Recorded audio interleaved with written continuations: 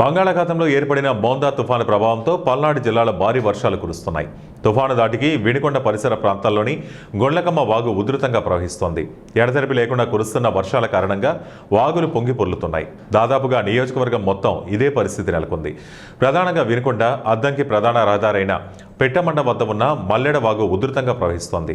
వినుకొండ నుండి అద్దంకి రాకపోకలు నిలిచిపోయాయి.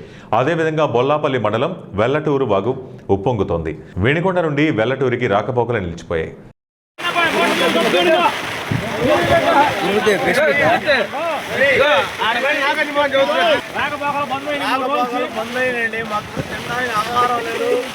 రోజులు పథకారం లేదు, తిరగటానికి లేదు, మాకు అవకాశం ప్రభుత్వం మీద సహకరించేదని కోరండి. మొదటిపురం పదవంచిపాడు దగ్గర రాకపోకలు బంద్ అయిపోయినాయి. మాకు ఇక్కడ రావటానికి ఏమి లేదు. 3 రోజులు బట్టి భారీ వర్షాలు, పనులు పోవటానికి లేదు. ఎవరో కక్కుర్చుకొని వెళ్తున్నారు కానీ మేము వెళ్ళకపోతున్నాం.